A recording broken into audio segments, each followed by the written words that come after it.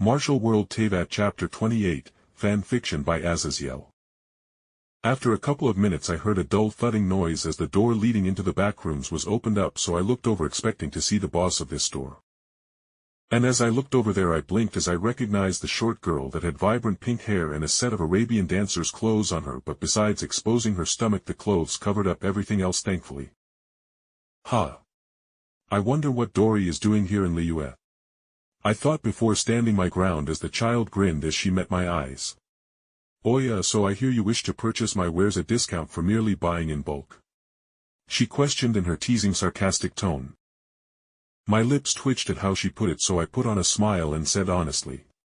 Indeed, I imagine 90 recipes even for a businesswoman like yourself is a decent profit. Dory made a groaning noise, and with a put-upon expression, she responded like it was truly a great effort. Young man, you gotta realize that these recipes are the lifeblood of Sumeru. Not only is it the sweat and tears of countless researchers, but dozens of our warriors die bringing them here to Liyue. My eyes went dull at the bullshit I was hearing. Not only will I not offer a discount, but if anything, you should be charged even more, as more copies of these recipes will need to be made and shipped over from Sumeru, with lives undoubtedly being lost in the shipment. I brought a hand to my face as I groaned and said flatly. This is the first time I heard of a merchant trying to charge more for a bulk purchase. Why shouldn't I got to a different store then? I asked blankly. And Dory's smile became evil as she grinned and said with zero shame. Because you have no choice, haha. I have all the best products with the best guarantee of its quality after all. But we can come to an alternate agreement for even more recipes if you are willing. Kaching's key flared to life as she ground out flatly, with Dory flinching as the guards behind her lifted their curved swords in readiness. Out with it, Dory Sanjima Bay. Attempt to cheat the Liyue Qixing at your own peril. Dory's face went from an evil grin to a pout as she looked between me and Kaching with almost childish petulance before she shrugged and said straightforwardly. The sages of Sumeru have ordered me make contact with you, Jake Barris. We also want our own flying vessels. Dory waved at the surrounding wares in the glass cases, and as I looked around at what she was offering I stilled as I realized that all the other customers had disappeared. But even as I made that disquieting realization, Dory wasn't idle.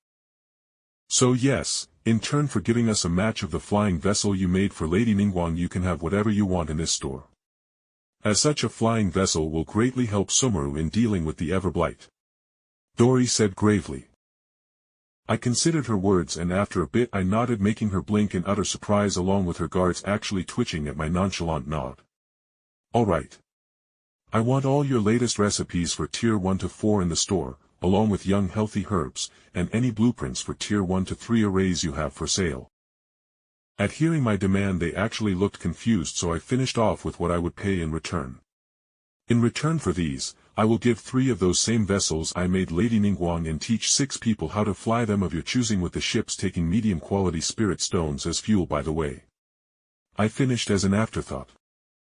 There was silence as everyone looked at me in confusion before Kaching groaned and said flatly.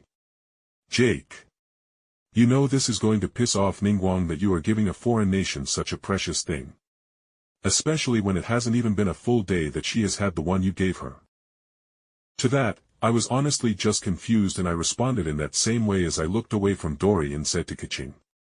Kaching, the Pelican is just the scout/light transport ship. I have much bigger ideas in mind for when Ningguang gets the next factory and airstrip cleared out for me to build.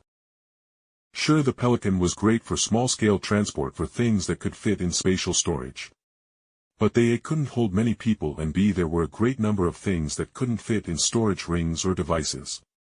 To say nothing of how its spirit stone engine batteries couldn't support that powerful of weaponry and shielding. No, my plan was to build something to match the Jade Chamber in scale. I wanted to make atmosphere exiting Halo frigates with their Mach cannons.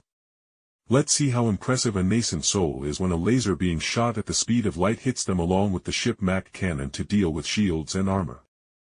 Because Halo proved that just because you have energy shields of some sort, when a mass hits that shield going at a fraction of the speed of light, that shield isn't going to matter for shit. But Kaching and Dory just looked at me in confusion, making me shake my head. The deal is what it is. I get what I want, and by the end of this month, or in other words 2 weeks from now, you can have your people pick of the ships. I finished.